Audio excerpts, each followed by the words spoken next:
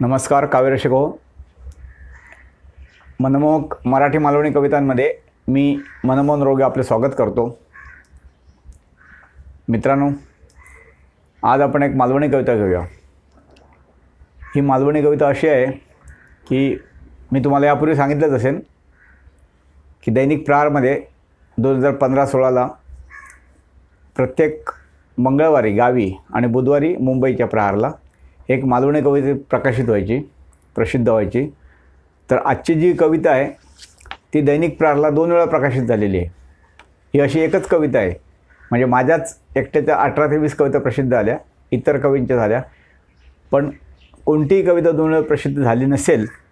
ही कविता पहिल्यांदा 24/2/16 आणि त्यानंतर श्रावण महिना आल्यानंतर माहेरवाशिणी ज्या असतात, सासरहून माहेराला येतात, सणासुदी दिवस असतात आणि प्रत्येक सासूरवाशिणीला ओढ लागली असते माहेरची. तर ही कविता आहे ती माहेरवाशिणीचं मनोगत सांगणारीच आहे. माहेरचे दिवस मायेचे, माहेरचे दिवस मायेचे अशी मालवणी कविता आहे. कदाचित माहेरपणाचं मनोगत सांगणारी, माहेरवाशिणीचं मनोगत सांगणारी कविता असल्यामुळे असेल. पण ही कविता परत प्रहारमध्ये, म्हणजे सुरुवातीला 24/2/16ला आणि नंतर पुन्हा 13/9/16ला, साधारण गणपती असेल तेव्हा, गणपती दिवसात परत प्रसिद्ध झाली. आणि ही आता आपण कविता गणपती दिवस सुरूच असताना घेतो आहे. काळानुसार काही बदल होतात. पूर्वी, म्हणजे अगदी खूप पूर्वी म्हणण्यापेक्षा 30-40 वर्षापूर्वीसुद्धा आता मुंबईसारख्या शहरात लग्न आलेल्या मुली आत्ता तर काय व्हिडिओ कॉलवर सुद्धा बोलतात दिवसात 10 वेळा फोनवर. त्यामुळे माहेरी जाणं किंवा माहेरच्या भेटणं एवढं औत्सुक्याचं नसतं. पण पूर्वी कसं होतं, गावगाव, एक 4 गाव 10 गाव पलीकडे घरातली मुलगी दिलेली असायची, ती आपल्या सासरी असायची. मग तिच्याविषयीची कळकळ, काळजी, माया, ओढ, हुरूर, आणि त्या मुलीलासुद्धा आपल्या मायराविषयीची ओढ, हुरूर, सगळ्यांची काळजी किंवा आठवण येणं हे खूप खूप म्हणजे तीव्र असायचे भावना सगळ्या. आणि त्या सणासुदीची वाट बघत असायच्या पूर्वी माहेरी जायला. आता ते तसं राहिलं नाही. काळानुसार सगळं बदलून गेलं आहे. गावी काही प्रमाणात तसं आहे अजून.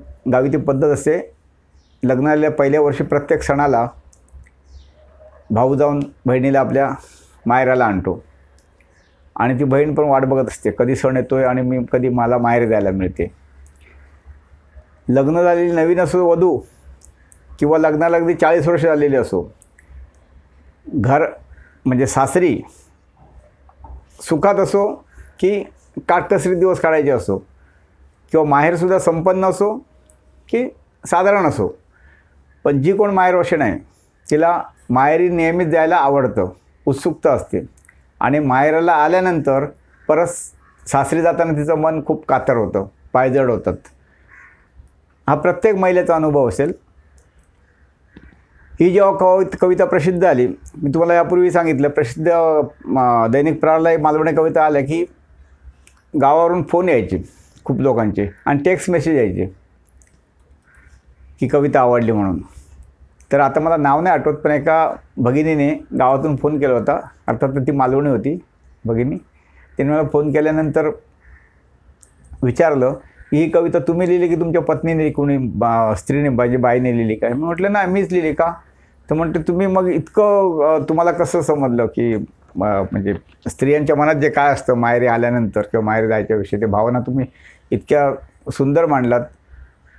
मी म्हटलं आता कवीला प्रत्येक ठिकाणी काय म्हणजे जो विषय असेल तो विषय कळतोच ना, त्या भावना कळतात ना त्या मागच्या.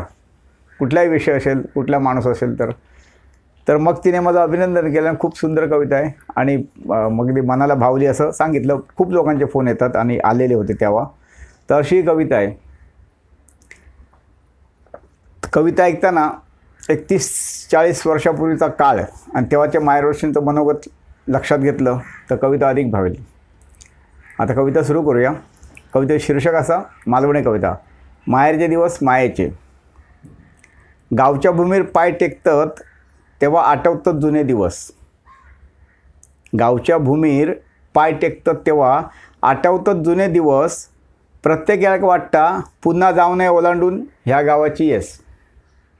गावच्या भूमीवर पाय टेकतात तेव्हा आठवतात जुने दिवस. प्रत्येकाला वाटता पुन्हा जाऊ नये ओलांडून या गावाची वेस.